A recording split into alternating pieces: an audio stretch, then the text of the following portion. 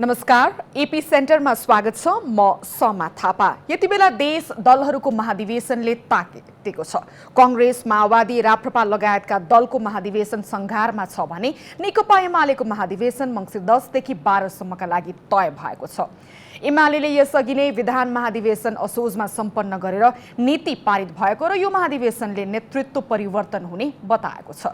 महाधिवेशन मुखमा आइसक्दा समेत अध्यक्ष त सर्वसम्मति हुने भइ नै हाल्यो। अरू पदका आकांक्षीको दाबी कतै सुनिएको छैन। किन यस्तो? 7 लाख कार्यकर्ता रहेको भनिएको नेकपा एमाले भित्र विचार छलफलको सम्भावना आवश्यकता नभएको हो वा नेतृत्वलाई रिझाएर नेतृत्वले जे दिन्छ त्यही हात थाप्ने स्थिति आएको हो? के चितवनमा तय भएको महाधिवेशन फगत औपचारिकता मात्रै हो या यसबाट नेकपा एमालेले भने जस्तै एकताको सन्देश पनि आउँदैछ? अनि समग्रमा नेपालमा महाधिवेशनहरू कसरी भइरहेका छन्? थोरै यसबारे पनि चिरफारको प्रयास गर्नेछौँ र आज छलफलका लागि हामीसँग हुनुहुन्छ नेकपा एमालेका नेता शेरबहादुर तामाङ। स्वागत छ। नमस्ते। नमस्कार। र हामीसँग हुनुहुन्छ विश्लेषक हरि रोका। स्वागत छ। हजुर नमस्कार।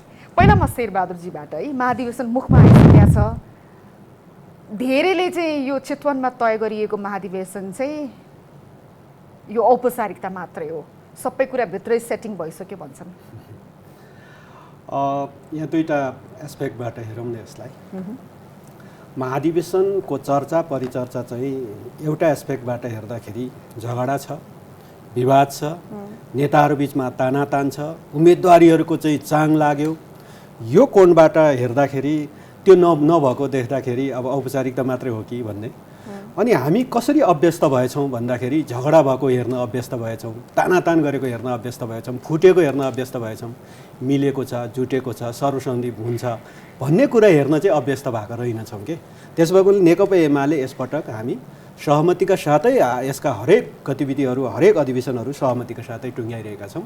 त्यसो हुँदा यो महाधिवेशन पनि हामीले हाम्रो मनोविज्ञान चाहिँ सहमतिका साथै जान सक्छौँ भन्ने मनोविज्ञान विकास भएको छ। तपाईँले भन्नुभएको सर्वसम्मति र सहमति चाहिँ फरक विचारलाई निषेध गरेर आफ्ना आफ्ना मान्छेलाई मात्रै सर्वसम्मति गराउनु भयो तपाईँहरूले भन्ने कुरा आइरहेको छ। असन्तुष्ट पक्षहरूको त्यो पनि आवाज छ।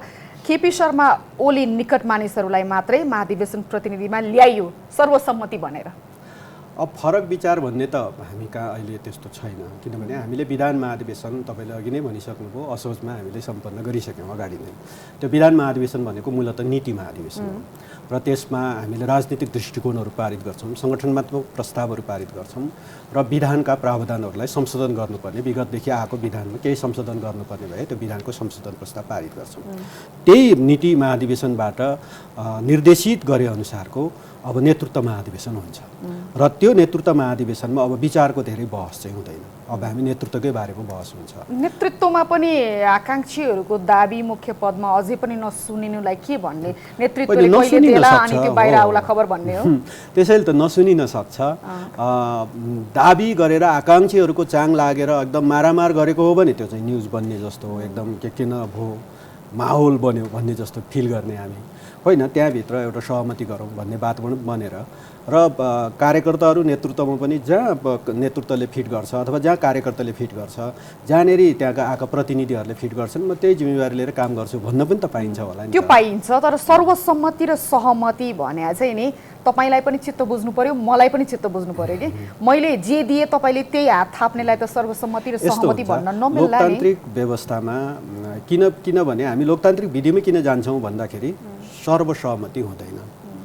काहीँ न काहीँ अलिअलि केही पर्सेन्ट त तलमाथि हुन्छ नै, 100% खोज्न मिल्दैन, 100% हुँदैन। तपाईँले भने जस्तो नि सहमति सर्वसहमति भन्दा पनि केही न केही त्यहाँ केही खाल्टो परेकै हुन्छ, केही ल्याप्सेसहरू हुन्छ नै। निर्वाचन हुँदा त तपाईँको चाहिँ एउटा हार्ने अर्को जित्ने त भइ नै हाल्छ। ठिक छ, म तपाईँसँग आउँछु है। हरिजीबाट जान्न चाहेँ है, अब सबै दलहरू महाधिवेशनको तयारीमै छन्। पहिला मलाई बताइदिनुहोस्, अहिले जसरी महाधिवेशनबाट नेतृत्व पनि चयन होला, नीतिहरू विचारहरू होइन कार्यदिशा पार्टीले लिने पनि तय होला, यो अहिले नेपालमा भइरहेका दलहरू नि नेकपा एमाले होइन, फुटेर गएको समाजवादी, नेकपा माओवादी, एकीकृत माओवादी, राप्रपा, काङ्ग्रेस, यी दलहरू नि एक आपसमा अहिले फरक छन् विचारका दृष्टिकोणले वा झन्डा मात्रै फरक हो? अलिक फरक छैनन् अहिले। मेरो विचारमा चाहिँ तपाईको यो खास गरेर यो लिबरलिजम र कम्युनिजमको ककटेल जस्तो भयो।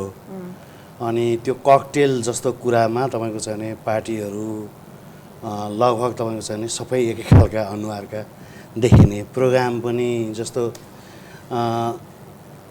वान म्यान सो गर्ने चाहिँ हुन्छ तपाईँको चाहिँ नि मतलब लिबरलिजममा हुने वा उदार प्रजातान्त्रिक पार्टीहरूले भन्ने चाहिँ त्यस्तो हो। मतलब यो चाहिँ एकजना मान्छे नेता हुन्छ वा सभापतिको चुनाव गराउने र अरू केन्द्रीय सदस्यहरूलाई मनोनयन गर्ने भन्ने। अनि त्यस्तो थियो पहिले नेपाली काङ्ग्रेसमा। तर उनीहरूले होइन त्यसरी त भएन, अलिकति त्यसमा निर्वाचनै गर्नु पर्यो, अलिकति तपाईँको चाहिँ नि मतलब अलिक लेफ्ट ओरिएन्टेडै भएर जानु पर्यो वा मास बेसबाट क्याडर बेसमा जानुपर्छ भन्ने हिसाबले तपाईँको चाहिँ नि काङ्ग्रेस चाहिँ यतातिर आयो, अलिक लेफ्ट जस्तो भयो। लेफ्ट चाहिँ काङ्ग्रेस हजुर। अनि लेफ्टहरू चाहिँ होइन यसलाई अलिक फराकिलो बनाउने, अलिक एकदम पुरै फराकिलो बनाउने भन्ने खालको नाममा अनि त्यो एक खालको चाहिँ नि स्वाद चाहिँ काङ्ग्रेसले स्वाद चाहेको देखेर, जस्तो आफू चाहिँ सर्वेसर्वा अध्यक्ष भएपछि वा महासचिव भइसकेपछि अरूलाई कज्याउन सकिन्छ भन्ने भएपछि पावर कन्सन्ट्रेट गर्दै तपाईँको एकजना व्यक्तिमा पुर्याउनको लागि पनि ठुलो कमिटी, ठुलो महाधिवेशन, ठुलो कुरा गर्ने। त्यसले गर्दा यो दुईवटा तपाईँको चाहिँ नि हामी कहाँ लिबरल र इलिबरल भनेर वा एउटा चाहिँ मास पार्टी र क्याडर बेस पार्टीको बिचको ककटेल खोज्ने काम भयो साङ्गठनिक हिसाबले। अनि त्यो साङ्गठनिक हिसाबले त्यो खालको काम भएपछि अहिले काङ्ग्रेस र एमाले वा काङ्ग्रेस र माओवादी वा माओवादी र समाजवादी वा अरू वा राप्रपा कसैमा पनि तपाईँको त्यत्रो धेरै ठुलो भिन्नता साङ्गठनिक हिसाबले देखिँदैन। वैचारिक भिन्नता पनि भएन, साङ्गठनिक भिन्नता पनि भएन। अहिले यो सबै पार्टीहरूमा कमन भने चाहिँ कि मिलेर खाउँ भन्ने मात्रै हो। कमन भनेको झनै त्यस्तै हो। किनभनेदेखि तपाईँको जस्तो पहिले चाहिँ लिबरल र इलिबरलहरूको बिचमा अलिक फरक थियो। जस्तो के थियो भने अब शिक्षा सबै मान्छेहरूको लागि पहुँचमा हुनुपर्छ, स्वास्थ्य सबै मान्छेको पहुँचमा हुनुपर्छ, रोजगारी सबै मान्छेहरूले प्राप्त गर्न सक्नुपर्छ, सबै मान्छेहरूले अपर्च्युनिटी पाउनुपर्छ भन्ने चाहिँ लेफ्टहरूको धारणाभित्र पर्थ्यो। जसलाई तपाईँको जनवादी शिक्षा, जनवादी अरू यस्तै विभिन्न कुराहरूमा जनवादी स्वास्थ्य भन्ने टाइपका कुराहरू हुन्थे होइन। तर अब पछाडि तपाईँको चाहिँ नि मतलब ट्याक्स सिस्टमको हिसाब किताबले, सामाजिक उत्पादनको हिसाब किताबले अहिले सबै कुराहरू कोल्याप्सन गएर त्यो कोल्याप्सन जाने कुरामा काङ्ग्रेस पनि, एमाले पनि, माओवादी पनि, राप्रपा पनि सबै एक ठाउँमै छन्। झन्डा र नाम मात्रै फरक। अघि शेरबहादुरजीले भन्नुभयो नि यो धेरै मानिसहरूको पदहरूमा मारामार भयो भने मलाई पनि यही पद चाहिन्छ भनेर विवाद भयो भने, हल्लाखल्ला भयो भने मात्रै बाहिरबाट हेर्दा चाहिँ मानिसहरूलाई महाधिवेशन लागे जस्तो देखिने रहेछ। हाम्रो पार्टीमा त सहमति भइरहेको छ, सर्वसम्मति भइरहेको छ भनेर उहाँले जुन भन्नुभयो नि, यो त एकताको महाधिवेशन हो भनेर अहिले हेर्दा त्यस्तो देखिन्छ नेकपा एमाले भित्रको यो संरचनालाई हेर्दा? त्यस्तो देखिन्छ। उहाँले भनेको कुरामा दाबीमा तपाईँको एउटा कुरा चाहिँ सत्य छ। त्यो के हो भन्दाखेरि सहमति छ, सर्वसम्मति नै छ, तर वान म्यान लिडरसिपको कुरा आयो। त्यही मैले अघि भने तपाईँको चाहिँ यो सामूहिक नेतृत्व भन्ने हुन्छ मास के अरे क्याडर बेस पार्टीमा। डरको सहमति होइन, अब त्यस्तो पनि नभनौँ। कस्तो भन्नु छ भने त्यो डर भन्दाखेरि पनि पार्टीमा कसले त मतलब को मान्छेलाई चाहिँ राजनीतिक भविष्य होइन त मान्छे त आएर किन बस्नु होइन यसो भन्ने कुरा के हो भन्नु छ भने त्यसमा चाहिँ लोभ र लाभको कारणले तपाईँको चाहिँ कसैले पनि कसैमाथि प्रश्न नउठाउने भएपछि त एकता भइहाल्छ नि। राजनीतिक भविष्य सुदृढ होला अथवा आफ्नो फ्युचर करियर हेरेर मौन बसिदिने वा आफूलाई मन नपरेको मानिसलाई पनि समर्थन गरेर ताली बजाइदिने परिपाटी त्यही नै हो खासमा। तपाईँको चाहिँ यो चाहिँ त्यही भएर यो चाहिँ इन जेनरल तपाईँको चाहिँ मतलब डेमोक्रेटिक नर्म्स र भ्यालुको कुराकानी गर्दाखेरि वान म्यान डिक्टेटरसिपकै कुरा हो। अब जस्तो वान म्यान डिक्टेटरसिप एउटा मानिसको तानाशाह पार्टीभित्र बढ्दै गइरहेको भनेर बाहिरबाट पनि धेरै आवाजहरू आइरहेको छ। तपाईँले सर्वसम्मत र सहमति भनि नै रहनु भएको छ, तर अहिले पार्टीभित्र त तीनटा समूह देखिएको छ नि। एउटा केपी शर्मा ओलीसँग विगतदेखि नै नजिक भएको समूह तपाईँहरूको समूह, अर्को माधव कुमार नेपालजीसँग झन्डै झन्डै गइसकेका तर अन्तिम समयमा फर्किएको समूह र पूर्व माओवादीको समूह। तीनटा समूह त छ। यो समूह बीच कसरी सर्वसम्मति भयो? 7 लाख कार्यकर्ता भएको पार्टीमा अनि यही बीचमा फेरि तपाईँले सर्वसम्मति भनिरहँदा कैलालीमा भीम भीमरावल समूहले चाहिँ समानान्तर प्रतिनिधिहरू छनौट गरेको क्रियाकलापहरू आइरहेको छ। अब यसमा अब खास गरी यो वान म्यान भन्ने कुरामा अब हरेजी एउटा लेफ्ट र एउटा विश्लेषक नै हुनुहुन्छ। त्यस्तो हामी बिच के हुन्छ भने हामी सामूहिक निर्णय गर्छौँ, व्यक्तिगत जिम्मेवारी हुन्छ। त्यो हाम्रो सङ्गठनात्मक सिद्धान्त हो। निर्णय गर्दाखेरि सामूहिक रूपमा हुन्छ र जिम्मेवारी लिँदाखेरि व्यक्तिगतै लिनै पर्छ, कसैलाई तोकेकै हुन्छ। र फेरि अर्को कुरा के हुँदो रहेछ भने हामी खास गरी तपाईँको चाहिँ सोसियल बिहेभियर भएको मान्छे पनि सोसियल बिहेभियर भएको एउटा प्राणी नै हो र त्यो हर प्राणी जगतमा तपाईँ सोसियल बिहेभियर भएको प्राणी जगतमा के हुन्छ भने उसले एउटा लिडर छान्छ नै, एउटा लिडर छानेकै हुन्छ र त्यो रानुको वरिपरि उसले त्यो आफ्नो पावरलाई बलियो बनाउँछ, आफ्नो सङ्गठनलाई बलियो बनाउँछ। नेकपा एमाले पनि अहिले लगभग त्यो बिहेभियर भएको चाहिँ पार्टी भएको हुनाले उसले आफ्नो लिडरलाई कमजोर बनाएर पार्टी बलियो बन्छ भन्ने ठान्दैन। होइन, लिडर बलियो बन्ने एउटा पार्टीको नेतृत्व एउटा मानिसले लिने र त्यो चुस्त हुनेमा त कुनै शङ्का भएन शेरबहादुरजी। यहाँ कुरा के आयो भन्दाखेरि जो नेतृत्वको वरिपरि मात्रै घुमिरहेको छ उसैलाई मात्रै विभिन्न पदहरू जिम्मेवारीहरू दिइने, होइन, फरक विचारलाई निषेध गरिने, त्यसो हुँदा ठिक छ। परिपाटी छ भनेर भन्छन् नि। अहिले हामीले मूलतः तपाईँको चाहिँ तपाईँले जसरी तीन धारको परिकल्पना गरिराख्नु भएको छ, त्यो त छ नि। हामीले हेर्दाखेरि चाहिँ हामी अब जस्तो सुन्तला जस्तो छौँ जस्तो हामीलाई ठान्दैनौँ। हामी आफैले हेर्दाखेरि चाहिँ हामी स्याउ जस्तै छौँ। सुन्तलाभित्र बोक्रा बाहिरबाट हेर्दाखेरि अब एउटै देखिन्छ, तर भित्र गएपछि केस्राहरू थुप्रै हुन्छन्। केस्राभित्र पनि बियाहरू हुन्छन्, होइन, उसको आफ्नो नयाँ भ्रूणहरू हुनसक्छ त्यो विभाजनको। तर नेकपा एमाले चाहिँ अहिले अब कोसँग जान खोजेको अथवा कुन दलबाट आएको यस्ता चिजको धेरै हिसाब किताब हुँदैन। सबै नेकपा एमालेका मान्छे हुन्, नेकपा एमालेकै नेताहरू हुन् र यो पार्टीमा हरेकले आफ्नो आफ्नो जिम्मेवारी प्राप्त हुन्छ र हरेकलाई तपाईँको चाहिँ त्यो महाधिवेशन प्रतिनिधिमा एकलौटी मात्रै भयो, केपी शर्मा ओली नजिकका मान्छेहरूलाई मात्रै ल्याइयो, त्यो नै विधि सम्मत भएन सर्वसम्मतिको नाममा भनेर व्यापक विरोध छ र यो महाधिवेशन पछि एउटा तिक्तता यति तहमा पुगेर अर्को समूह पनि छुटेर जानेसम्मको डर छ भन्ने कुरा आउँछ। होइन, जस्तो मैले अघि नै भने 100% हुँदैन, काहीँ पनि 100% हुँदैन। त्यसो भएको हुनाले हो त्यस्ता कतिपय ठाउँहरूको बारेमा प्रश्न उठेको पनि होला, त्यो उठेका प्रश्नहरूको सही समाधान त हामी खोजिहाल्छौँ। त्यसो भएको हुनाले त्यस्तो नहोस् भनेर हामीले विधि त अपनाउँछौँ नै।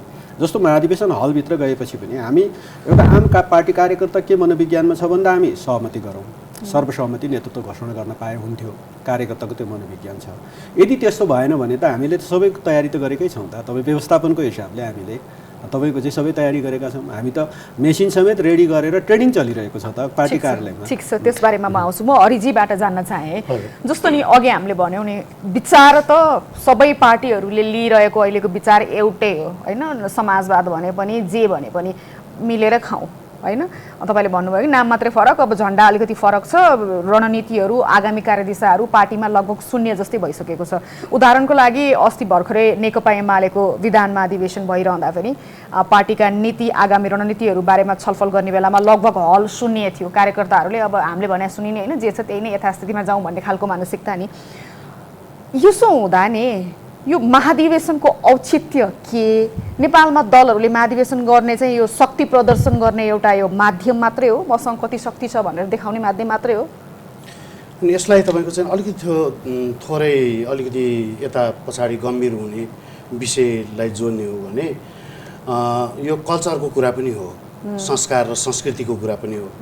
यो संस्कार संस्कृति भनेको जस्तो तपाईँको चाहिँ नि वेस्टमिन्स्टर मोडलको जुन लिबरल डेमोक्रेसी छ, त्यो वेस्टमिन्स्टर मोडलको लिबरल डेमोक्रेसी उदार प्रजातन्त्रमा नेकपा एमाले पनि गइसकेका हो।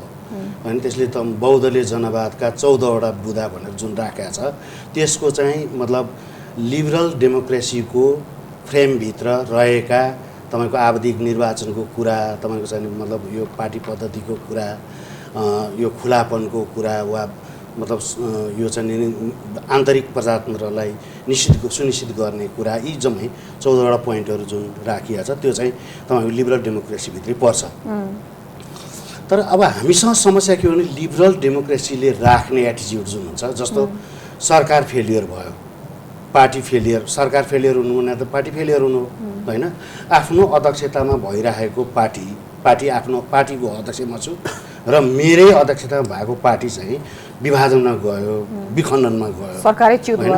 अब यो एउटा पक्ष भयो। त्यसपछि म आफै प्रधानमन्त्री छु र मेरो आफ्नै सत्ता पनि गयो भने त त्यो त मतलब यो त एक खालको लिबरल डेमोक्रेसीमा चाहिँ फेलियर हो।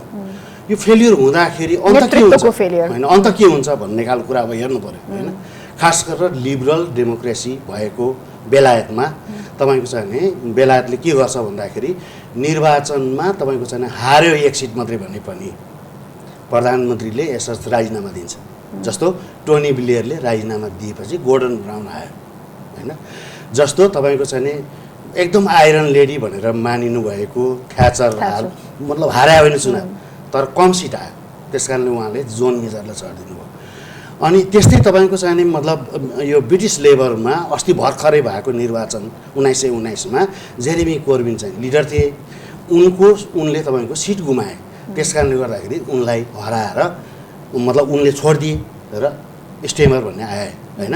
यो भनेको तपाईँको चाहिँ पार्टीभित्र त्यस्तो नर्म्स र भ्यालु लिबरल डेमोक्रेसीभित्र मानिन्छ। तर हामी कहाँ समस्या के भइदियो भने जो लिडर फेलियर हुन्छ ऊ चाहिँ पार्टीभित्र एब्सोल्युट भएर आउँछ। हिजो गिरिजाप्रसाद कोइरालाले पनि त्यही गरे र आज तपाईँको चाहिँ खड्गप्रसाद ओलीले पनि त्यही गर्दै हुनुहुन्छ।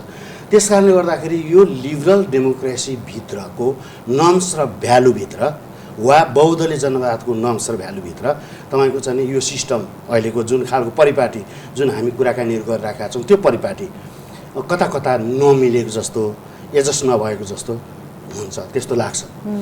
शेरबहादुरजी, उहाँले उठाउनु भएको बुदा छ नि, पार्टी नेतृत्वमा केपी शर्मा ओली भइरहेको समयमा पार्टी विभाजन भयो। एक प्रकारको पार्टीलाई त्यो ठुलो सेटब्याक हो। उहाँकै नेतृत्वमा सरकार थियो, प्रधानमन्त्री हुनुहुन्थ्यो होइन। उहाँ केन्द्रको सरकार त गयो, प्रदेश लगायतका धेरै सरकारहरू पनि गयो।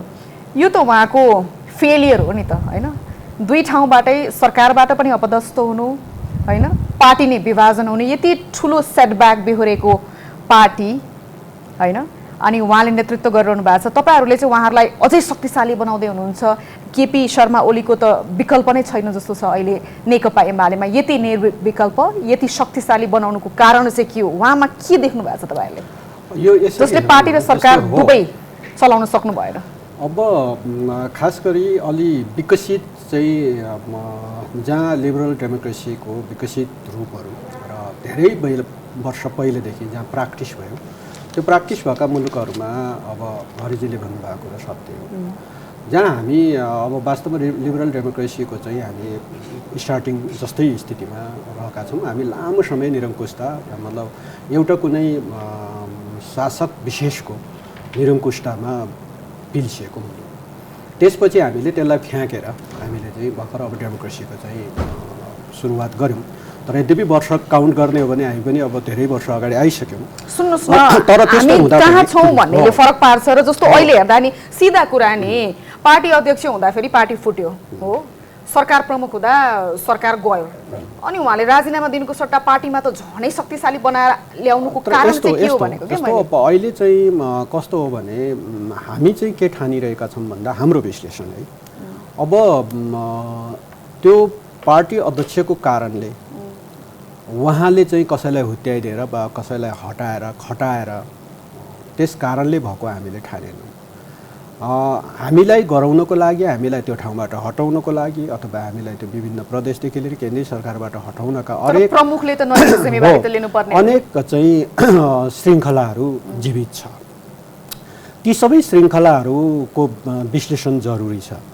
त्यसो भएको कारणले हामी सिङ्गो एमाले भएर सोचिरहँदाखेरि भनिरहँदाखेरि हाम्रा कारणले मात्र होइन, हाम्रा पार्टी अध्यक्ष र सिङ्गो एमालेको कारणले होइन, एमाले भित्रै हुर्केको एउटा प्रवृत्ति, हिजो प्रवृत्तिगत हिसाबले हामीले 9औं महाधिवेशनमा जसरी हामीले एउटा चाहिँ गुटबन्दीको आधारमा निर्वाचनहरू गऱ्यौँ हो, हामी त्यही डेमोक्रेसी तपाईँले अघि सुरुमै भने जस्तै एकदम विवाद थियो, के थियो, नेताहरूको बिचमा रच्चाकसी थियो भने जस्तो 9औं महाधिवेशनमा गऱ्यौँ हामीले हो। त्यसकै विकसित स्वरूप आज केही नेताहरू एमालेमा हुनुहुन्न, उहाँहरू अर्को पार्टी बनाइराख्नु भएको छ। त्यसैले यस्तो स्थिति चाहिँ गर्नु हुँदैन रहेछ भन्ने कुराको मनोविज्ञान हामीसँग छ। त्यसो भएको कारणले हामीले अहिलेको नेकपा एमाले भित्रको नेतृत्वमा केपी ओलीकै अगुवाईमा हामी पुनः जान सक्छौँ भन्ने हाम्रो पार्टीभित्रको विश्लेषण हो। ठिक छ, म तपाईँसँग आएँ। हरिजिमाले के भन्नुभयो भन्दाखेरि सरकार पनि फुत्किएर जानु र पार्टी चोइटिएर जानुमा चाहिँ केपी शर्मा ओलीको हात छैन, बाह्य अरू कारणहरू थिए, अरूका कारणले गर्दा पार्टी फुटेको, सरकार पनि त्यसरी नै च्युत भएको भन्ने उहाँको तर्क छ नि। यो तपाईँलाई कस्तो लाग्यो? अहिले यसो हेर्दा नि यो आगामी महाधिवेशनबाट पार्टी अध्यक्ष केपी शर्मा ओलीलाई त छनै शक्तिशाली बनेर आउने जस्तो लगभग निश्चित छ होइन। उहाँ लगभग अध्यक्ष बनिसक्नु भएको छ, औपचारिक घोषणा मात्रै गर्न बाँकी छ त्यो चितवनको महाधिवेशनबाट। यति धेरै शक्तिशाली केपी शर्मा ओलीलाई नेकपा एमालेमा केले बनायो होला? जबकि तपाईँले भन्नुभयो पार्टी पनि चोइटेर गयो, सरकार पनि हट्यो। मेरो विचारमा होइन, शेरबहादुरजीले जे कुरा राख्नु हो, मेरो विचारमा चाहिँ तपाईँको मतलब यो पार्टीभित्र प्रवृत्ति, एउटा खालको प्रवृत्तिको कुरा पनि गर्नु उहाँले होइन। यो प्रवृत्ति, त्यो प्रवृत्ति किन आउँछ वा किन उठ्छ भन्ने प्रश्न सबभन्दा मुख्य कुरा हो होइन। अब राजनीतिभित्र, राजनीतिक पार्टीहरूभित्र खास गरेर जब राजनीतिक पार्टीभित्र डेमोक्रेटिक वा मतलब प्रजातान्त्रिक नर्म्स र भ्यालुको कुरा गरिँदैन वा स्थापित नर्म्स र भ्यालु जुन बनाइन्छ, जस्तो सिद्धान्त त तपाईँको चाहिने बनाइने पार्टी विधान हुन्छ, पार्टी विधानभित्र रहेर छलफल गर्ने, बहस गर्ने, कुराकानीहरू गर्ने भन्ने खालको कुरा मैले अघि जुन भने अघि ककटेलको कुरा मैले गरेको थिएँ, जस्तो त्यो कुरा चाहिँ तपाईँको पार्टीभित्रको मतलब कम्युनिस्ट पार्टीभित्र के हुन्छ भन्दाखेरि त्यो डेमोक्रेटिक सेन्ट्रलिजमको कुरा आउँछ। डेमोक्रेटिक सेन्ट्रलिजम भन्नाले पार्टीको केन्द्रीयता पनि हुन्छ होइन, त्यसको नर्म्स र भ्यालुहरू मान्ने भन्ने खालका कुराहरू पनि हुन्छन्, तर व्यापक रूपबाट छलफल र बहस पनि हुन्छ कुनै पनि विषयमा। अनि त्यसले गर्दा त्यो माथिल्लो कुरामा आइपुग्दाखेरि वास्तवमा तपाईँको चाहिँ पार्टीको महासचिव हुने वा अध्यक्ष हुने, कम्युनिस्ट पार्टीमा खास गरेर महासचिवै हुने चलन थियो र त्यो महासचिव हुँदाखेरि उसले चाहिँ के भन्ने हो भने ऊ चाहिँ एक खालको एउटा मतलब पार्टीका तर्फबाट ऊ चाहिँ प्रवक्ता जस्तो मात्रै हो, तर निर्णय चाहिँ सामूहिक हुने हो होइन। त्यो सामूहिक निर्णय हुनको लागि सामूहिक छलफलहरू हुने गर्छन् र हामी कहाँ तपाईँको सामूहिक निर्णय गर्ने परम्परा तपाईँको चाहिँ नेपालको कम्युनिस्ट आन्दोलनभित्र सामूहिक निर्णय गर्ने परम्परा बिस्तार कमजोर हुँदै हुँदै हुँदै गयो भन्नाले पार्टीभित्र छलफल गर्ने, बहस गर्ने र सामूहिक निर्णय गर्ने र त्यो निर्णयलाई कार्यान्वयन गर्नु चाहिँ सबैले मान्नुपर्ने, तर त्यसका लागि तपाईँको त्यो अपनत्व बनाउनु पर्ने। तर निर्णय गर्ने बेलामा चाहिँ डेमोक्रेटिक नर्म्स भएन भने वा त्यो भ्यालु नहुँदाखेरि नै तपाईँको चाहिँ अप्ठ्याराहरू आउने हुन्।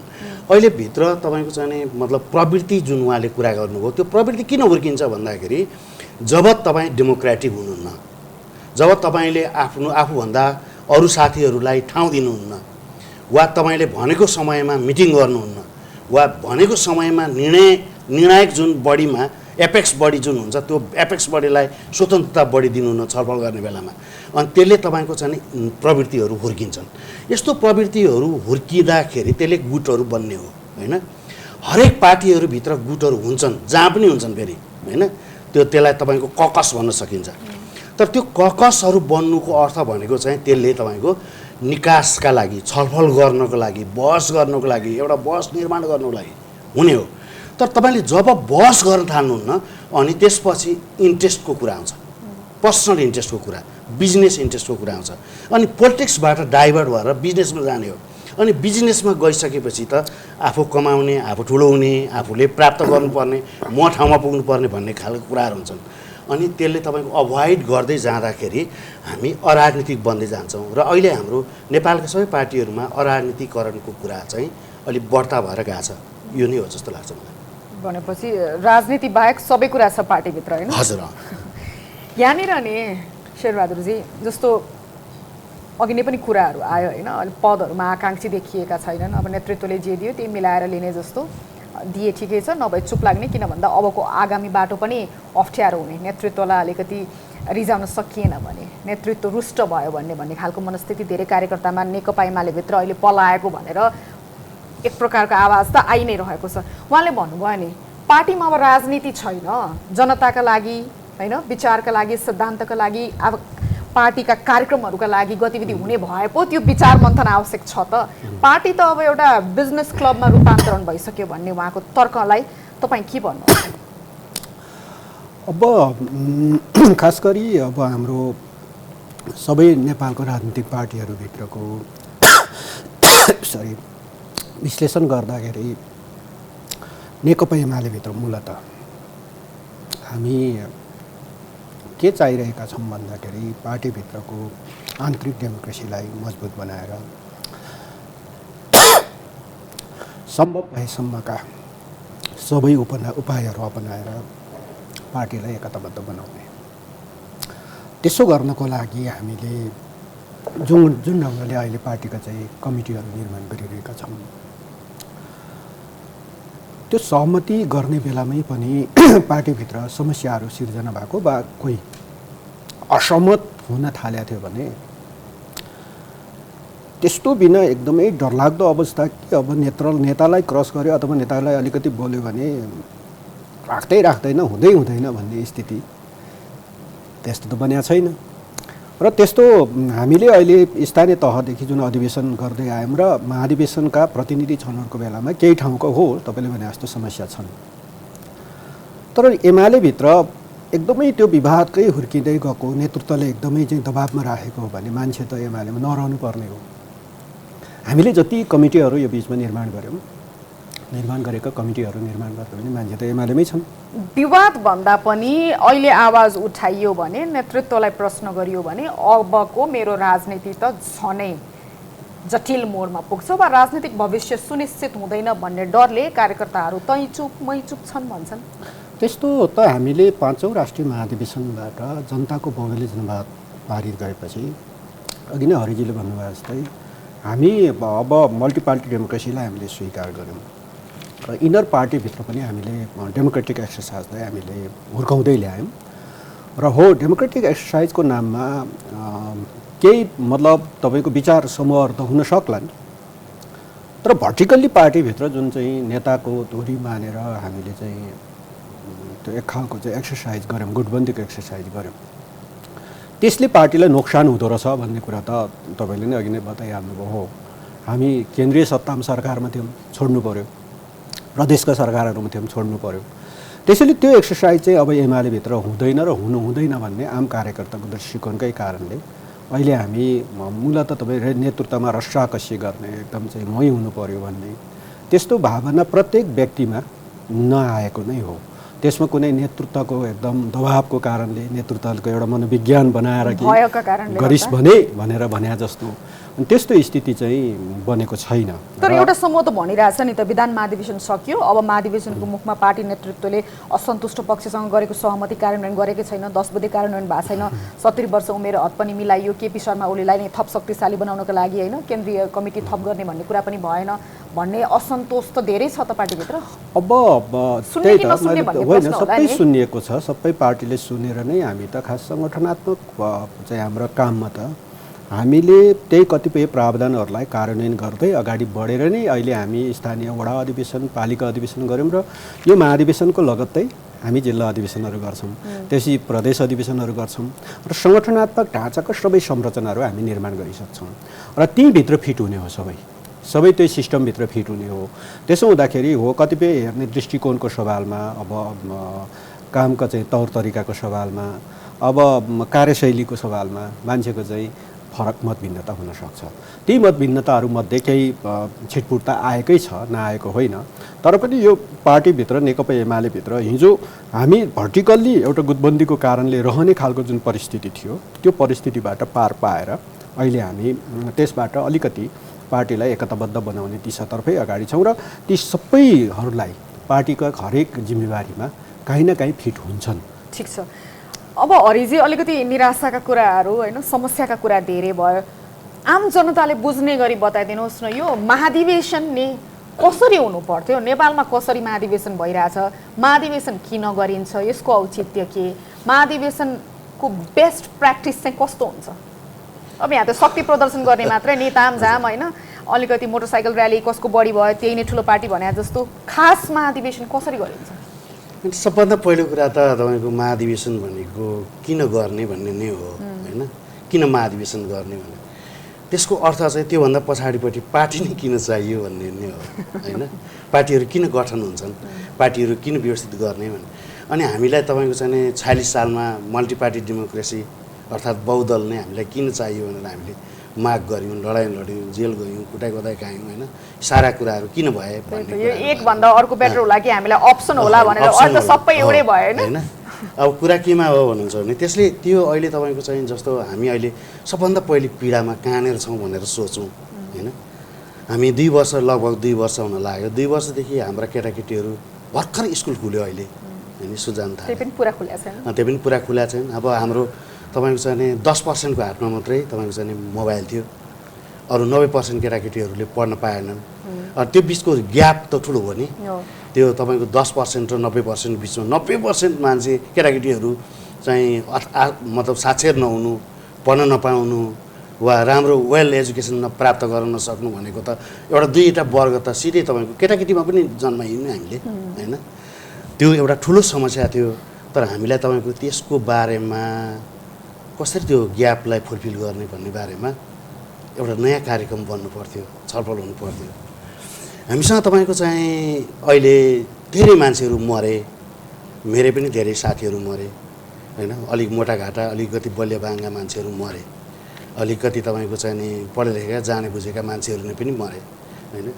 अनि हामीसँग तपाईँको स्वास्थ्य भयङ्कर यस्तो अप्ठ्यारो अवस्थामा छ होइन। अब जस्तो मतलब उहाँहरूकै सरकार हुँदाखेरि 350 ठाउँमा तपाईँ चाहिँ उहाँहरूले घोषणा गरिदिनु हो, आजै उद्घाटन गरिदिनु हो, तर आधार छैन, व्यवस्थापन छैन। हामीले त्यो एकदम नर्मल्ली तपाईँको स्वास्थ्य सेवालाई कसरी व्यवस्थित बनाउनुपर्छ र त्यो बारेमा छलफल र बहस कसरी हुनुपर्ने र त्यसलाई तपाईँको चाहिँ व्यवस्थित गर्नको लागि वा डाक्टरहरू पुर्याउनको लागि अहिले पनि तपाईँको नयाँ नयाँ भेरिएन्टहरू आइरहेको छ। जस्तो हिजै मात्रै तपाईँको जर्मनमा धेरै मान्छेहरू आए, मतलब सङ्क्रमित भए। झन्डै 50,000 को हाराहारीमा प्रतिदिन अहिले रुसमा तपाईँको चाहिँ सङ्क्रमण भएको छ र यो अर्को नयाँ चौथो भेरिएन्ट चाहिँ आयो भनेर भनिरहेछन्। त्यस्तो भेरिएन्ट यदि हामी कहाँ आयो भने हामीले स्वास्थ्यलाई कसरी व्यवस्थित गर्ने भन्ने बारेमा हाम्रो छलफल हुनु पर्थ्यो। हामी कहाँ तपाईँको धनी र गरिबहरूको बिचमा यत्रो धेरै ठुलो खाडल भएको छ होइन। अनि मान्छेहरू तपाईँको भोकै मर्नुपर्ने अवस्थाहरू आछन्। अहिले तपाईँको चाहिँ हिजो मात्रै राष्ट्र ब्याङ्कले जुन प्रकाशित गरेको तपाईँले तथ्याङ्क हेर्नुभयो भने यति धेरै ग्याप छ, मतलब धनी र गरिबहरूको बिचको ग्याप र यति धेरै तपाईँको मतलब अप्ठ्यारो भएको छ। जस्तो रेमिटेन्स घट्नु भनेको त सामान्य मान्छे जान नपाउनु हो, घट्नु हो होइन, खर्च घटाएको छैन। यो सबै कुराहरूको हिसाब किताबको एउटा कुराकानी गर्ने हो भने प्रगतिशील करको बारेमा कुराकानीहरू गर्नुपर्ने होइन।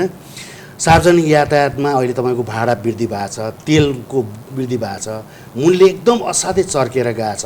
त्यति मात्रै होइन, जस्तो तपाईँको भनौँ न अस्ति यो आज 5-6 दिन अगाडि तपाईँको चाहिँ नि मैले एउटा न्युज पढाएको थिएँ। पुटिनले के भन्यो भने रुसका राष्ट्रपति पुटिनले उनले त तपाईँको चाहिँ नि यदि मतलब यो खालकै मतलब यो सर्टेज हुँदै जाने हो भने आउने जनवरी 1 तारिकदेखि 200 प्रति ब्यारल त्यो चाहिँ क्रुड आयलको दाम पर्न सक्छ भनेर भने होइन। त्यो भनेको अहिले तपाईँको 130 को हाराहारीमा छ। त्यत्रो धेरै भयो भने हामी अहिले जुन तिरिराखेका छौँ त्योभन्दा त्यसको डबल तिर्नुपर्ने अवस्था आउन सक्छ। त्यस्तो भयो भने हामी कसरी गर्न सक्छौँ? यी जम्मै कुराहरू तपाईँको ठुलो समस्या हुन् हाम्रो लागि। जनताका दिनानुदिनसम्म ठोकिने समस्याहरू, मुद्दाहरू पार्टीका महाधिवेशनमा छलफलका एजेन्डा बन्नु पर्थ्यो, रणनीतिका रूपमा प्रस्तुत हुनु पर्थ्यो कसरी ट्याकल गर्ने भनेर। तर यहाँ त अनि जनतालाई भुलाउनका लागि यति गरुङ्गा शब्द र जार्गन फ्याँकिन्छ नि होइन। अहिलेसम्म कति शब्दको अर्थ मैले पनि बुझेको छैन। होइन, त्यसको त्यही अर्थ चाहिँ के हो भन्नुहुन्छ भने जस्तो मलाई लागेको चाहिँ तपाईँको हामी यो चाहिँ विधान महाधिवेशन भनेको यस्तै विषयहरूमा छलफल गर्ने हो होइन। यसमा तपाईँको 2टा मत स्वाभाविक रूपबाट हुन्छन् होइन। एउटा धनीहरूका तर्फबाट हुन्छ, त्यसलाई तपाईँको लिबरल क्यापिटलिजमको कुरा भन्छौँ हामी। अर्को तपाईँको कम्युनिस्ट पार्टीले गर्ने सर्वसाधारण मान्छेको पक्षमा भन्ने हुन्थ्यो उहिले होइन, उहिले हुन्थ्यो। त्यस कारणले गर्दाखेरि यी बिचमा तपाईँको चाहिँ यस्तो छलफल चाहिँ विधान महाधिवेशन वा महाधिवेशनमा हुने गर्ने हो। त्योभन्दा अगाडि नै तपाईँको 6 महिना 7 महिनादेखि नै त्यसमा बृहत बहस छलफलको कुराकानी गर्दै जाने हो। तर हाम्रो यहाँ समस्या के भएको छ भन्नुहुन्छ भने सबभन्दा ठुलो वर्कफोर्स भएको चाहिँ कृषि होइन। कृषिमा जुन बेला चटारो हुन्छ, जस्तो उहाँहरूको महाधिवेशन 9औं महाधिवेशन असार 15 देखि मतलब असारको मसान्तमा गरियो। अहिले यो मङ्सिरको चटारो यो भनेको तपाईँको चाहिँ अन्न बाली भित्राउने मौका पर्छ होइन। यस्तो बेलामा उहाँहरूले निम्ति आउनु। यसको अर्थ के हो भन्नुहुन्छ भने त्यो सर्टेन क्लासका मान्छेहरू चाहिँ अब हटे सिनबाट, जसलाई तपाईँको सर्वसाधारण मानिस भनिन्छ, वर्ग बिर्सियो। त्यस कारणले तपाईँको एउटा एक खालको एउटा लेयरमा पोलिटिक्स गयो। त्यो लेयर भनेको एउटा मिडल क्लास, हाम्रो हैसियतको मिडल क्लास होइन, हाम्रो हैसियतको तपाईँको चाहिँ बिजनेसम्यानहरूको तपाईँको चाहिँ पार्टीमा रूपान्तरण भए र त्यसले तपाईँको चाहिँ जस्तो त्यसको प्रतिनिधित्व एमाले मात्रै गर्दैन, त्यसको प्रतिनिधित्व काङ्ग्रेसले पनि गर्छ, त्यसको राप्रपाले थोरै अंश राप्रपाले गर्छ, थोरै अंश तपाईँको चाहिँ अहिलेको मधेसवादी पार्टीले गर्छन्, माओवादीले पनि त्यसको त्यही हाराहारीमै गर्ने होइन। त्यस कारणले गर्दाखेरि यी सबै तपाईँको पोलिटिकल पार्टीहरू क्लास बेस पार्टी भएनन्। उनीहरू तपाईँको एजेन्डाका बारेमा सामान्य मान्छेको पक्षमा, सामान्य मान्छेको शिक्षा, स्वास्थ्य, रोजगारी, यातायात, सार्वजनिक कुराहरू, सार्वजनिक वस्तुहरू उत्पादन गर्ने, सार्वजनिक मेडिसिनको कुराहरू गर्ने, यस्ता कुराहरू अब सकिए। त्यस कारणले गर्दाखेरि यो जे लडाइँ भइराखेको छ वा जे कुराहरू भइराखेका छन् वा जे सहमति भइराखेको छ त्यो साह्रै राम्रो हुनको लागि होइन। हामीलाई तपाईँको बहुदलीय व्यवस्थाभित्र हामीले किन यसकारण बहुदलीय व्यवस्था चाहिएको थियो कि एउटाले उठाएन भने अर्कोले त्यो कुरालाई इस्युलाई उठाउँछ, अर्कोले बोक्छ। तर हामी त तपाईँको चाहिँ निर्दलीयकरणतर्फ नै हुनुभयो जस्तो भएको छ। भनेपछि हाम्रो लागि यो विकल्पहरू नै रहेन नि त। सबै पार्टीहरू नाम फरक, आचरण एउटै भएपछि त जनतालाई विकल्प छैन लगभग। समस्या त्यस्तो। यहाँ हरिजीले उठाउनु भएको कुरा नि, तपाईँहरूले महाधिवेशन, विधान महाधिवेशन सम्पन्न गरिसक्नु भयो, नीतिहरू त्यतैबाट पारित भयो, पार्टीले लिने कार्यदिशा पनि त्यहीबाट तय भयो भन्ने खालका कुराहरू आयो। यो महाधिवेशनमा त नेतृत्व मात्रै आउने हो भन्ने भनिरहनु भएको छ। जस्तो जनताको दैनिकीलाई प्रत्यक्ष असर राख्ने कुरा, पेट्रोलियम पदार्थमा भइरहेको मूल्य वृद्धि, कोरोनाका नयाँ भेरिएन्टसँग कसरी जुझ्ने, जस्तो शिक्षामा पनि दुईटा वर्ग छ, ठुलो खाडल देखिएको छ, त्यसलाई कसरी जुझ्ने, अन्तर्राष्ट्रिय बजारमा हाम्रा नेपाली सामानहरूले कसरी प्रतिस्पर्धा गर्ने लगायतका हुन्छन् होला नि त। कृषिमा आधुनिकीकरणको आवश्यकता छ कि छैन, हामी कहाँ छौँ, घट्दो रेमिटेन्सलाई कसरी परिपूर्ति गर्न सकिएला, अरू कुन च्यानल अप्नाउने भनेर मुलुकका तमाम समस्या एकातिर तपाईँहरू चाहिँ यस्तो ठुलो ठुलो जार्गन भाष्य प्रयोग गर्नुहुन्छ कि त्यहाँ आम मान्छेले बुझ्दा पनि बुझ्दैन। के छलफल गर्नुभएको छ जनताको दैनिकीसँग जोडिने विषयमा? अब हामीले नीतिगत रूपमै विधान महाधिवेशनमा धेरै कुराहरू प्रश्न गरेकै छौँ। अब हाम्रो मूलतः हामीले नेकपा एमाले लिएको मूल थिम, हामी समृद्ध नेपाल सुखी नेपाली, हामीले लिएको मूल थिमै यही हो। त्यो थिमभित्र बसेर हामीले काम गर्ने र अब यस्तो कतिपय सन्दर्भमा हाम्रा पछिल्ला काम कारबाहीहरूप्रति अब जनताले मूल्याङ्कन त गरिरहेकै छन्, सबै राजनीतिक दलको गरेकै छन्। र यद्यपि हो कतिपय कामहरूको सन्दर्भमा हामीले अब गर्नुपर्ने, आजै गर्नुपर्ने कामहरूमा हाम्रा एक्सनहरू सफल भएनन् होला। तर पनि हामीले जुन दृष्टिकोणका साथ पार्टीलाई अगाडि बढाइरहेका छौँ, नीति महाधिवेशनमा पारित गरेर हामीले जनताको बौद्धिक जनवादको आलोकमा समाजवादको निर्माण गर्ने भन्ने चाहिँ हाम्रो अहिलेको थिम हो महाधिवेशनको। र त्यसमा दक्षिणपन्थी अवसरवाद र पार्टीभित्रको हुर्किँदै गरेको सङ्गठनात्मक अराजकताको हामीले विरोध गर्छौँ। त्यो भनेकै पार्टीभित्र अनेक खालका तपाईँको चाहिँ स्वार्थ समूहहरू जोडिने, हरिजीले भन्नुभयो जस्तै हो, मिडल क्लासका समूहहरूको, विभिन्न समूहहरूको स्वार्थ समूहहरू पार्टीभित्र जोडिने, त्यसले कहिलेकाहीँ पार्टीलाई दूषित पनि बनाउँछ। अनि यस्तो कुराबाट सचेत हुँदै अगाडि बढ्ने कुरामा त हामी सचेतै छौँ। र त्यसो हुँदा क्लास बेस राजनीतिक अथवा दृष्टिकोणहरू बनाएर, क्लास चाहिँ के हो भने निम्न वर्गका समुदायलाई पनि मिडिल हुँदै उच्च तहसम्म पुर्याउने नै अब सोसियलिजमको मूल कुरा त त्यही हो। त्यसो भएको हुनाले त्यो ओरिएन्टेसन भएर काम गरे कि गरेन भन्दाखेरि हो, त्यो चाहिँ अब तपाईँहरूले हामीलाई बताउने कुरा भयो होइन। निम्न अति निम्नलाई माथि उकास्ने, निम्नलाई मध्यम वर्गीयमा लाने होइन। तर अहिले चाहिँ के भइरहेको छ भन्दा सबै पार्टीमा धनाढ्यलाई झन शक्तिशाली बनाउने, झन धनाढ्य बनाउने होड जस्तो देखिएको छ कि। जस्तो नि अहिले यो तपाईँहरूको लोगो छ नि, म्यास्कट छ नि यो महाधिवेशनको, मजदुरहरूको हातबाट खोसेर चाहिँ गैँडाको हातमा चाहिँ झन्डा समातेको, यसले पनि देखाउँछ कि नेकपा एमाले आफ्नो वर्ग बिर्सियो। अब मजदुरको हातबाट त्यो झन्डा खोसियो भन्ने खालको साङ्केतिक रूपमा पनि कुराहरू आइरहेको छ। अनि पार्टी अध्यक्षले बेला बेलामा यो धार्मिक राष्ट्रवादको पनि कुरा उचालिरहनुहुन्छ, यो अहिले किन आवश्यक छ भनेर पनि क्वेसन आइरहेको छ। अर्को अस्तिको यो विधान महाधिवेशनमा चाहिँ प्रतिनिधिहरूले उठाएको समावेशीकरणको विषयलाई लिएर चाहिँ ईश्वर पोखरेलले यो उपभोक्ता समिति हो र कम्युनिस्ट पार्टीमा सबै समावेशी कसरी हुन सक्छन्, उपभोक्ता समितिमा एउटा महिला चाहिने, दलित चाहिने, अर्को चाहिने, यो त कम्युनिस्ट पार्टी हो भनेर उहाँले समावेशिताको त्यो विषयलाई कति हलुका तवरले किनारा लगाइदिनु भयो भनेर आक्रोश व्याप्त छ।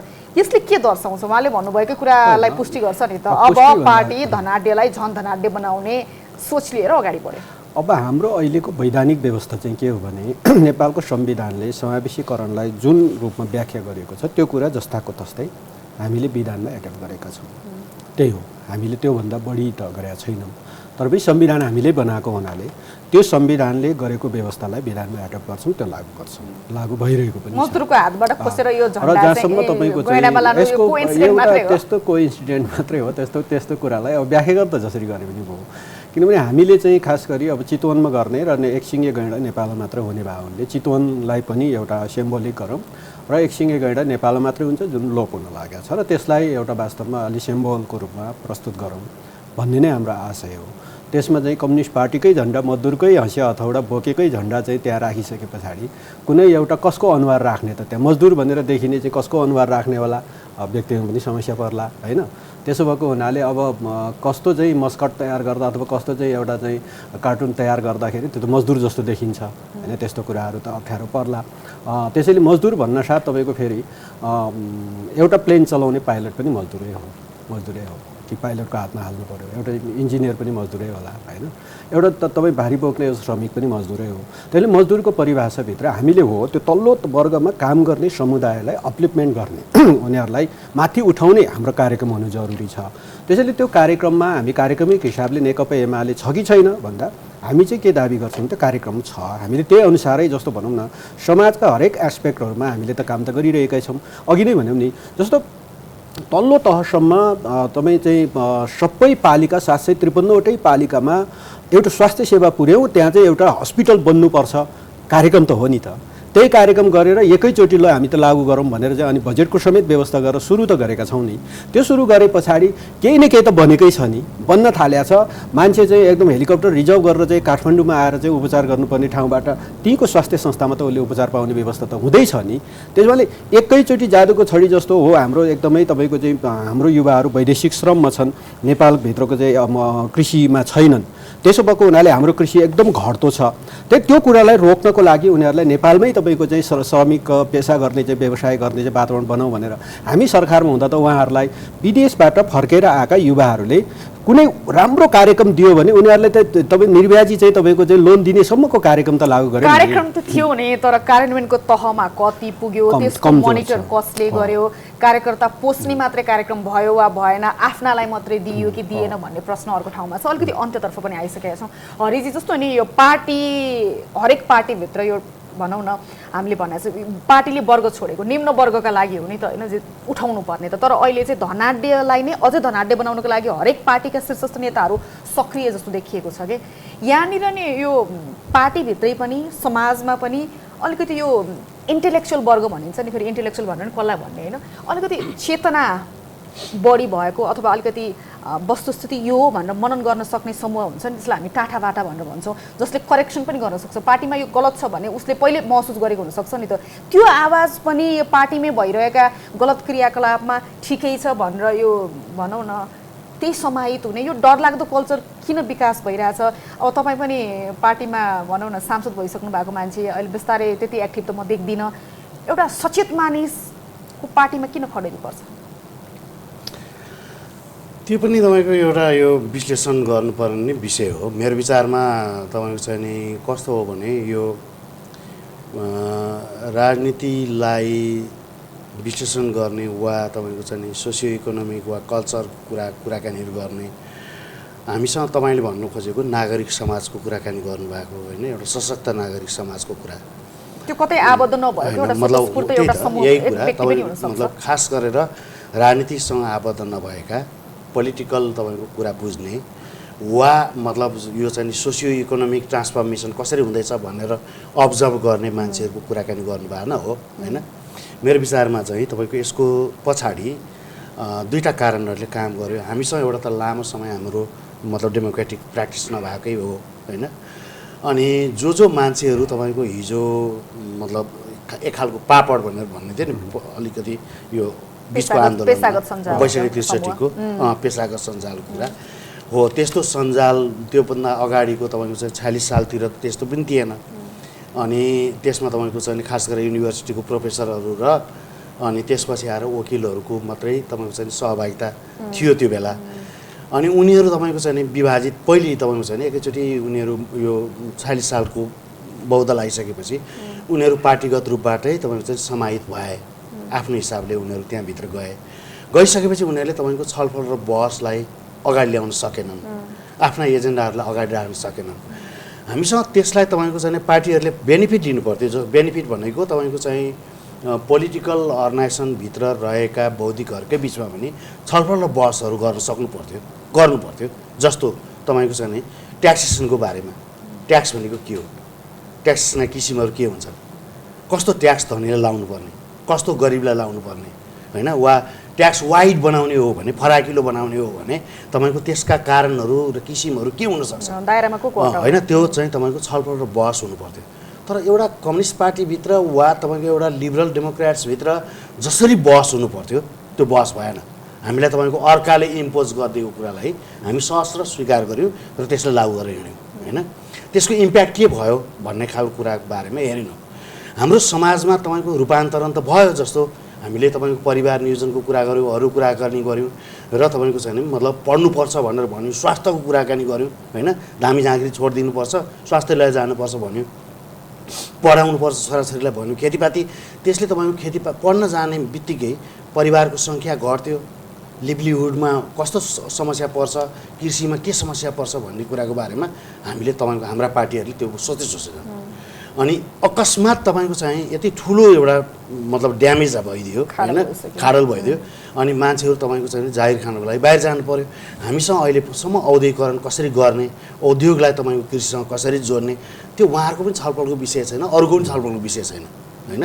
यो छलफल नै गर्न नचाहनु वा गर्न दिनानुदिन पार्टीहरूको बैठकमा चाहिँ के छलफल होइन, त्यो छलफल हुने कुरा तपाईँको चाहिँ पदमा कसले को पुग्ने, कसरी खाने, को राजदूत हुने, को तपाईँको मन्त्री हुने, कति पैसा लिने, कहाँबाट ठेकापट्टा पाइन्छ, कहाँ कसले कता कब्जा गर्न सकिन्छ, कहाँ सार्वजनिक सम्पत्ति हडप्न सकिन्छ, यस्तै कुराहरू भयो। अहिले तपाईँको इन जेनरल आम मान्छेको पक्षमा, आम मान्छेका दुःखको बारेमा, गरिबीको बारेमा हामी अहिले साँच्चै वास्तवमा सङ्कटमा छौँ। जतिसुकै कुरा गरे पनि हामी तपाईँको चाहिँ जस्तो भनौँ न, हामी तपाईँको चाहिँ यो गएको 4 वर्षभित्रमा हामी झन्डै तपाईँको छैन 8 खर्ब रुपियाँ बराबर हामीलाई ऋण थपियो होइन। त्यो भनेको तपाईँको छैन हाम्रो सानो ऋण होइन।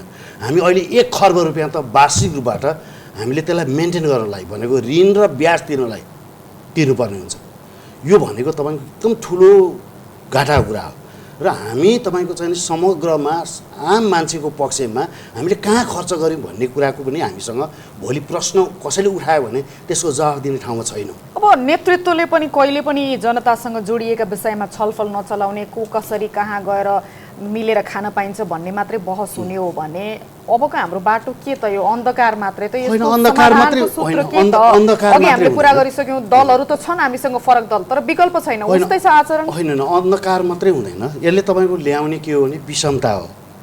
मान्छेले तपाईँको पीडा भइसकेपछि, धेरै ठुलो पीडा भइसकेपछि रिभोल्ट निम्ति आउँछ। त्यसले त्यो रिभोल्ट तपाईँको बोक्ने मान्छेहरू जस्तो बाघ शक्ति भएन भने पनि मान्छे त रिभोल्ट गर्छ। जस्तो तपाईँको इजिप्टमा रिभोल्ट गरे, ट्युनिसियामा रिभोल्ट गरे होइन, अन्त पनि रिभोल्ट भएको छ। यस्तो रिभोल्ट हुनसक्छ।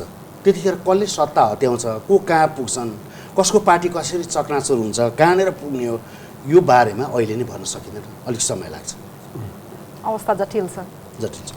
अब कुराकानीलाई कन्ट्रोल गर्दा यही एमालेको महाधिवेशनबाट के होला त? पार्टीभित्रको संरचना कस्तो होला? केपी शर्मा ओली थप शक्तिशाली बन्ने त निश्चित देखिएको छ। एक थरीले चाहिँ असन्तुष्ट समूहहरूको आवाज यति बलियो हुन्छ कि पार्टी झनै विग्रहमा जान्छ भन्छन्। तपाईँको यसमा एनालाइसिस के छ? मेरो एनालाइसिस त तपाईँ के हो भने तपाईँसँग नि मतलब एमाले अहिले जे छ शक्तिशाली नै छ, अब शक्तिशाली हुने नै देखिया छ। तर कुरा के छ भन्दाखेरि त्यसको स्थायित्वको कुरा वा त्यसको दिगोपनको कुरा। जब पार्टीभित्र आइडियोलोजी हुँदैन, जब तपाईँको चाहिने कन्सेन्सस बनाउनको लागि पनि डेमोक्रेटिक एक्सर्साइजहरू हुँदैनन् होइन, जब तपाईँको चाहिने नीति र प्रोग्राम कार्यक्रमहरू हुँदैनन्, जब सबभन्दा पहिलो कुरा त तपाईँको चाहिने आम मान्छेलाई विश्वास गर्न सक्ने गरी आचरणको निर्माण जब हुँदैन, पार्टी दिगो हुँदैन, बलियो हुँदैन। त्यही बाटोमा छ नेकपा एमाले। अहिले त्यस्तै देखिन्छ। हवस्, यहाँहरू दुवैजनालाई समय र विचारको लागि धन्यवाद। धन्यवाद। नेकपा एमालेको आसन्न महाधिवेशन कसरी अगाडि बढ्छ, महाधिवेशनमा दलहरूले उठाउने एजेन्डा जनताको दैनिकीसँग कति नजिक छ, यिनै विषयमा आज हामीले छलफल गऱ्यौँ। अर्को हप्ता अर्को विषयका साथ उपस्थित हुने नै छौँ। तबसम्मको लागि बिदा दिनुहोस्। नमस्कार।